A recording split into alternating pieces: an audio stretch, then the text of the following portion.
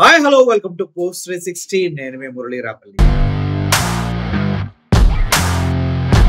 గుమ్మనూరి జయరాం ఈ పేరు మీరు ఎప్పుడైనా అన్నారా? అంతకుముందు ఎప్పుడైనా తెలుసా మీకు? వైఎస్ఆర్సిపి పార్టీలో జగన్మోహన్ రెడ్డి పిచ్చేస్తే మంత్రిగా అయిన ఒక కౌన్కిస్గా గొట్టం అనే వ్యక్తి ఈ గుమ్మనూరు జయరాం అట. ఎందుకంటే ఈ గుమ్మనూరు జయరాము నిన్న ఒక మీటింగ్ లో మాట్లాడుతూ వైఎస్ఆర్సిపి కార్యకర్తల్ని వైఎస్ఆర్సిపి పార్టీ వాళ్ళని థ్రెటన్ చేస్తూ లోకల్ బాడీ ఎలక్షన్స్ వరకు మీకు సమయం ఇస్తున్నాం, తర్వాత ఏదో భారీ డైలాగులు వాడాడు. సరే, ఆ వీడియో చూపించే ముందు ఈ గుమ్మనూరు జయరాం అనే వ్యక్తి బ్రతుకేంటో నేను మీకు ఒకసారి చెప్తాను. ఇతను రౌడీ అంటూ చాలా మంది పిలుస్తూ ఉంటారు, అది ఆయనకు ఉన్నటువంటి ముద్దు పేరు కావచ్చు. కానీ ఈ గుమ్మనూరు జయరాము వైఎస్ఆర్సిపి పార్టీలో ఉన్నప్పుడు ఏం పీకాడో మీకు తెలుసా? ఎలా మాట్లాడాడో తెలుసా? ఇటువంటి సిగ్గులేని నాయకుల్ని జగన్మోహన్ రెడ్డి గారు ఎందుకు ప్రోత్సహిస్తున్నారనేది వైఎస్ఆర్సిపి క్యాడర్లో ఎవరికీ అర్థం కాదు. ఎందుకంటే అందితే కాళ్ళు లేకపోతే జుట్టు పట్టుకొని అవకాశం కొద్దీ కప్పల గంతులేసినట్టు అటు ఇటు పార్టీలో గంతులేసే సో కాల్డ్ చెత్త నాయకుల్లో ఈ గుమ్మనూరు జయరాం కూడా ఒకడట. ఎందుకంటే జగన్మోహన్ రెడ్డి గారు పెట్టిన భిక్షతో ఈయన కార్మిక ఉపాధి శిక్షణ శాఖ మంత్రిగా వెలగబెట్టాడు. అంటే కార్మిక ఉపాధి శిక్షణ శాఖ మంత్రిగా వెలగబెట్టాడు వైఎస్ఆర్సిపి పార్టీలో. నాకు జగన్మోహన్ రెడ్డి గారు పెట్టిన భిక్ష మా అన్నగారు వాల్మీకి, నేను బోయ బీసీ అంటూ అబ్బా హృదయం కరిగిపోయేలాగా డైలాగులు చెప్పిన వీడు నమ్మక ద్రోహం చేస్తే వీడు వాడంటంలో తప్పేం లేదనుకుంటున్నారు. వీడు ఇప్పుడు టీడీపీ కండవా తీసుకొని ఆ పార్టీలోకి వెళ్ళి అక్కడ గెలిచి అక్కడ కుక్కతోక వంకరే అంటూ ప్రూవ్ చేశాడు. కుక్కతోక వంకరే అంటే ఎందుకంటే బుద్ధి పట్టే మాటలు వస్తాయి. ఇట్లాంటి దరిద్రులకి రాజకీయ భిక్ష పెట్టి అధికారంలో కూర్చోపెట్టి మంత్రి పదవులు ఇచ్చి ఉన్నత స్థానాల్లో ఒక్కొక్కడిని పంది కొక్కులను మేపినట్టు మేపడానికి జగన్మోహన్ రెడ్డి సిద్ధపడితే ఈ కొడుకులు ఇప్పుడు పక్కనోడు స్టేజ్ ఎక్కి అన్నం పెట్టినోడిని కరుస్తున్నారంటే ఏమనాలి? కుక్కలతో పోల్చినప్పుడు తప్పు అనుకుంటున్నాయి. ఓకే, ఎందుకంటే గతంలో మాట్లాడిన మాటలకి ఇప్పుడు మాట్లాడుతున్న మాటలకి అసలు పొంతనే ఉండదు. గతంలో వినాలనుకుంటున్నారా? ఒకసారి ఆ భాగ్యాన్ని, ఆ మహద్భాగ్యాన్ని నేను మీకు కల్పిస్తూ ఉన్నాను. Enjoy this. ఈరోజు మంత్రి స్థానంలో నేను ఉన్నానంటే దాదాపుగా భారతదేశంలో 29 రాష్ట్రాల్లో ఉన్న ఏ ముఖ్యమంత్రి కూడా నిర్ణయం తీసుకోకుండా నిర్ణయం మా ముఖ్యమంత్రి మా జగనన్న తీసుకున్నాడు. అధ్యక్ష, నువ్వేం పీకావు? వెనక నుంచి వెంటబడి వచ్చావా? 4 డిప్యూటీ సీఎంలు, 5 డిప్యూటీ సీఎంలు. అంటే బీసీగా నేను చెప్తున్నాను అధ్యక్ష. మళ్ళీ బీసీ కార్డు ప్లే చేస్తున్నాడు ఇక్కడ. ఎస్సీ ఎస్టీ మైనారిటీ బీసీలకు ఈరోజు పెద్ద అలా ఉంది. ఈరోజు పెద్ద స్థానం కల్పించారంటే అధ్యక్ష మా అందుకు ధన్యవాదాలు తెలుపుకుంటున్నాను అధ్యక్ష జగన్ గారికి. అధ్యక్ష, నేను మేమందరూ మంత్రిగా ఈరోజు మాకు రాత రాశారంటే అంటుంటారు అధ్యక్ష. బ్రహ్మరాత రాస్తాడని అంటారు అధ్యక్ష. బ్రహ్మరాత రాశాడు మాకు తెలియదు కానీ జగనన్న మా అందరికి రాత రాశాడు అని చెప్పేసి ఏంది నువ్వేనా? ఎందుకంటే మా లాంటి వారికి మంత్రి స్థానం కల్పించారంటే ఆ రాత బ్రహ్మ కాదు అధ్యక్ష, మా జగనన్న మాకు రాత రాశాడని చెప్పేసి సభముఖంగా చెప్తున్నాను. బ్రహ్మ కూడా ఈడు మంత్రి అవుతారని రాయలేదంట. కానీ జగన్మోహన్ రెడ్డి గారు వాళ్ళ అన్నగారంట దయతలిసి మంత్రి భిక్ష పెట్టాడంట ఈ గుమ్మనూరు జయరాం అనేది. వీడిప్పుడు రెచ్చిపోయి ఏదో పిచ్చెక్కిరి కుక్క అరిచినట్టు స్టేజ్ల మీద జగన్మోహన్ రెడ్డి పైనే అరుస్తున్నాడంటే అర్థం చేసుకోండి. మళ్ళీ ఎందుకు కంటిన్యూ చేద్దాం, కొంచెం ఎక్కువే ఉంది. మధ్యలో దేవుళ్ళలాగా గీవుళ్ళలాగా అబ్బో భారీ పదాలు ఉన్నాయి, మీరు వింటే బాగుంటుంది, వినండి. అదే విధంగా అధ్యక్ష మా అన్న నిర్ణయించి చెప్తున్నారు. నేను 2017లో పాదయాత్ర చేస్తుండగా మా అన్న గురించి సభలో చెప్పాను అధ్యక్ష. అన్నే అంటాను అధ్యక్ష, నాకు ప్రేమ ఎక్కువ. మా అన్న గురించి చెప్పేసాను అధ్యక్ష. అన్నంట దాదాపుగా 139 కులాలు బీసీలు ఉన్నాం అధ్యక్ష. 139 కులాల్లో నేను ఒక వాల్మీకి బోయ కులానికి చెందిన వాడు అధ్యక్ష. అవునా? ఆ రోజు అన్నాను అధ్యక్ష అన్నతో, అధ్యక్ష అన్న మా అందరికి నువ్వు ఒక దైవ సంకల్పం అని చెప్పేసి అన్నాను అధ్యక్ష. అన్నా మా అందరికి నువ్వు ఒక దైవ సంకల్పం అన్నా. నేను వాల్మీకి బోయ కులానికి చెందిన బీసీ వ్యక్తినన్నా. నాకు రాజకీయ భిక్ష పెట్టావు. నేను కల్లో కూడా కలగనలేదు. బ్రహ్మ కూడా నా జీవితంలో రాసిలేడు. నేను మంత్రి అవుతానని. అటువంటి నన్ను మంత్రిని చేసిన మా అన్న అన్నా అన్నా అన్న అంటూ వెనక నుంచి సున్నం పెడతానికి తయారవుతారు ఇట్టనాయలు. మీ వల్ల బీసీలు మొత్తం పైన బ్యాడ్ ఇంప్రెషన్ పెడతాం మాత్రం పక్కరా. నీలాంటి ఎదవల్ని జగన్మోహన్ రెడ్డి ఎందుకు ప్రోత్సహించాడో నాకైతే అర్థం కావట్లా. నమ్ముతాడు, ఏం చేద్దాం. మిమ్మల్ని ఒకటి ఇంకో బీసీ నాయకుడు ఇంకొక అతను కూడా ఉన్నాడు. బీసీలు అందరూ అట్లా, బీసీలు అందరూ నా సోదరులు. ఇట్లాంటి నమ్మక ద్రోహం చేసే అన్నం పెట్టిన చేతిని కరిచే కుక్కల గురించి మాట్లాడదు అంతే. మా కులానికి బోయ కులానికి వాల్మీకి మహర్షి అని మా జగన్మోహన్ రెడ్డి అనే చెప్తున్నాను అధ్యక్ష. సిగ్గున్నదారా నీకు? కొంచెమైనా జ్ఞానం ఉన్నదారా?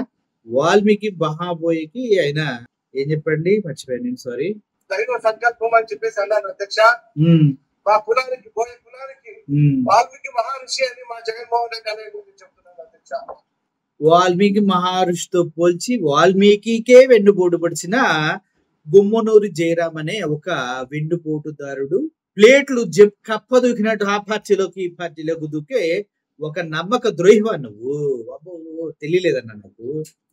అదే విధంగా అధ్యక్ష చెప్పన్నా. ఎస్సీలకు అధ్యక్ష అబ్బో బీసీలు అయిపోయింది, ఎక్సీకి వచ్చాడు అని చెప్పేసి ఎస్సీలకు అధ్యక్ష అంబేద్కర్ లాంటి వాడు మా జగన్ అధ్యక్ష. ఏ చెప్పుతో కొట్టాలరా నిన్ను? ముస్లింస్ అధ్యక్ష అబ్బో అల్లా మా జగన్ అధ్యక్ష. క్రిస్టియన్స్ కి అధ్యక్ష జీసస్ మా అన్న అధ్యక్ష. ఎందుకంటే అధ్యక్ష నేను 2017లోనే బ్రహ్మ. ఎందుకన్నా నవ్వుతున్నావు? వాడి నిజ స్వరూపం తెలియలేదు కదా అప్పుడు నీకు. క్రిస్టియన్స్ కి జీసస్ అంట, ముస్లింస్ కి అల్లా అంట, బోయే వాళ్ళకి వాల్మీకి అంట. ఏం పెట్టావరా సున్నాం సామె. వీరబ్రహ్మం గారు కాలజ్ఞానం అన్నట్టు నేను 2017లోనే అందరూ చెప్పాను. దాంట్లో నడుచుకుంటూ నాకు అంత పెద్ద మహానుభావులు నువ్వు పేరు తలపొద్దంటే నేనన్నా మీరు ఆ గోవులలో నువ్వు ఒక చెందినవాడు అని చెప్పేసి ఆలోచిద్దాం. కాబట్టి నిన్ననే అందరూ అన్నారు. నాకు అర్థమైంది ఏంటంటే జగన్మోహన్ రెడ్డి గారు కూడా భజన క్యాండిడేటేనేమో. ఇలా పొగిడి భజన చేస్తే పడిపోతాడేమో. అందుకే ప్రతి ఒక్కడు పొగిడి పక్కన చేరి ఒక కోటరీ అని అదని ఇదని అనేక రకాలైనటువంటి వాళ్ళ మాటలు నమ్మి కార్యకర్తల్ని క్యాడర్ని కనీస ప్రెస్ మీట్లు పెట్టకుండా చండాలం చేసి పడుచుకున్నాడు తన జీవితాన్ని.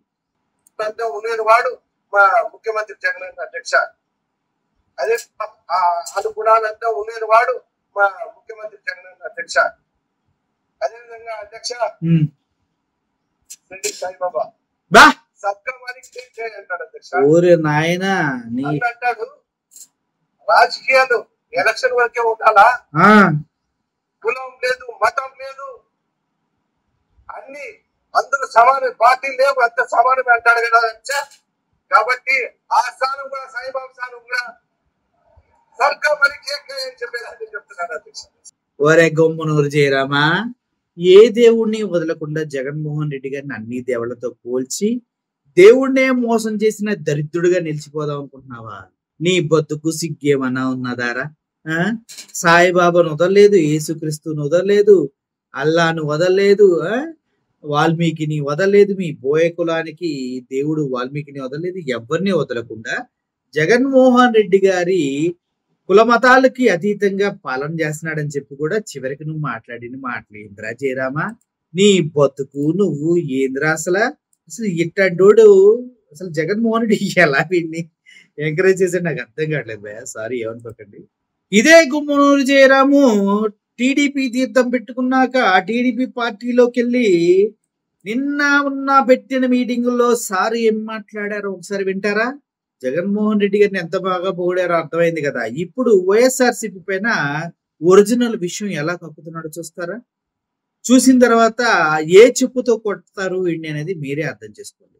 ఎందుకంటే ఇట్లాంటి సిగ్గులేని దగులుబాజీ రాజకీయ నాయకుల్ని మనం ఎంకరేజ్ చేయాలా వద్దా అన్నది మనమే నిర్ణయించుకోలేదనుకో ఆశాంతం నాకెప్తారు నాకు.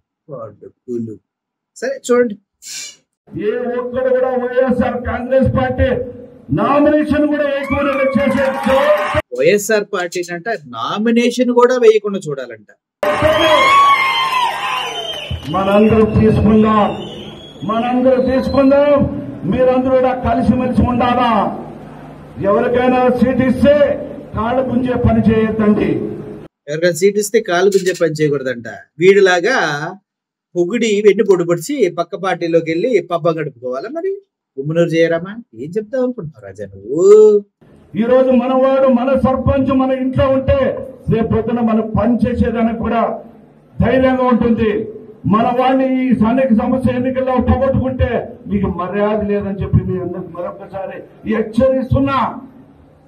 మీరందరూ కూడా ఈ కుళ్ళు కుతంత్రాల రాజకీయాలకి మీరు ఎవరు మాట వినొద్దండి. నేను రాకున్నప్పుడు రౌడీ అన్నాడు, గుంట అన్నాడు, కూనికోలు అన్నాడు, మీ అందరికి తెలుసు. ఈడు రౌడీ అంట, గూండా అంట, కూనీకోర్ అంట, అసలు అందరికీ తెలుసంట అలా అన్నారని. నీ గురించి నువ్వు ఇంత గొప్పగా చెప్పుకోవడం చాలా బాగా నచ్చింది బాబు నాకు. గుమ్మనూరు జయరామా అద్భుత రౌడీ, గుండా, కూనీకోరు మంచి బిరుదులే ఇచ్చారు నీకు, కరెక్ట్ గా ఇచ్చినట్టున్నారుగా. నేను రౌడీ కాదు, మా ప్రేమించే గుణం మా గుమ్మనూరు జయరామకుందని మీ అందరికి తెలిసిన విషయం. ఈ మాట ఎందుకంటే 1 సంవత్సరం అయింది. ఈ రోజు వైఎస్ఆర్ కాంగ్రెస్ పార్టీ వాళ్ళు కేసులు పెట్టుకుంట మనం పెట్టింటే ఒక్కడు కూడా బయటికి వెళ్ళిపోకుండా వైఎస్ఆర్ లీడర్ని ఇంట్లో కూర్చోబెట్టచ్చు. ఏం మాట్లాడుతున్నావురా? కేసులు పెట్టలేదా జగన్ వైఎస్ఆర్సీపీ పార్టీ మీద? దగ్గర 800 కేసులు పెట్టారు. ఏం పీకారు? కాపుల మీద అందరు మెయిన్ లీడర్స్ పైన వైఎస్ఆర్సీపీలో ఉన్న వాళ్ళందరి పైన కేసులు పెట్టారు. ఏం పీకారు? ఏం పీకలే. ఇక్కడ ఎవడు భయపడేవాడు లేడు అని వాళ్ళు చెప్తున్నారు. నీకెందుకు అంత దురద? కేసులు పెట్టి ఏం పీకుతావు? ఏం పీకలేరు. నీలాంటి రౌడీ, గూండా, కూని కోరు అని నీకు నువ్వే చెప్పుకొని నీకు నువ్వే మంచోడిని కితాబించుకుంటున్నావు కదా. ఒకసారి దాని గురించి క్లియర్ గా మాట్లాడు. ఓకే, ఎందుకు వాడు కూడా రేపు పొద్దున్న తెలుసుకొని మన పార్టీకి జేజేలు పలికే రోజు వస్తుందని చెప్పేసి కాబట్టి వాళ్ళు కూడా రేపు పొద్దున్న తెలుసుకుంటారంట. మొన్న జగన్మోహన్ రెడ్డి పల్నాడు వచ్చాడు భయ్య. అక్కడ టీడీపీ కార్యకర్త రీసెంట్ గా రెన్యువల్ చేసుకున్నాడు, పార్టీ మెంబర్షిప్ కూడా ఉంది. ఆయన నెక్స్ట్ వైఎస్ఆర్సీపీ వస్తే 2029లో గంగమ్మ తల్లి జాతరలో పొట్టేల్ని భరించినట్టు ఒక్కొక్కడిని టీడీపీ వాడిని రప్ప రప్ప రప్ప రప్ప రప్ప తెలీదా? ట్రెండింగ్ లోకి వెళ్ళింది. తెలుసుకో, మీ టీడీపీ వాళ్ళంతా వైసీపీలోకి వస్తున్నారంట. Very sad. మనందరూ కూడా ఈ స్థానిక సంస్థల ఎన్నికల వరకు కూడా వాళ్ళకి టైం ఇస్తాం.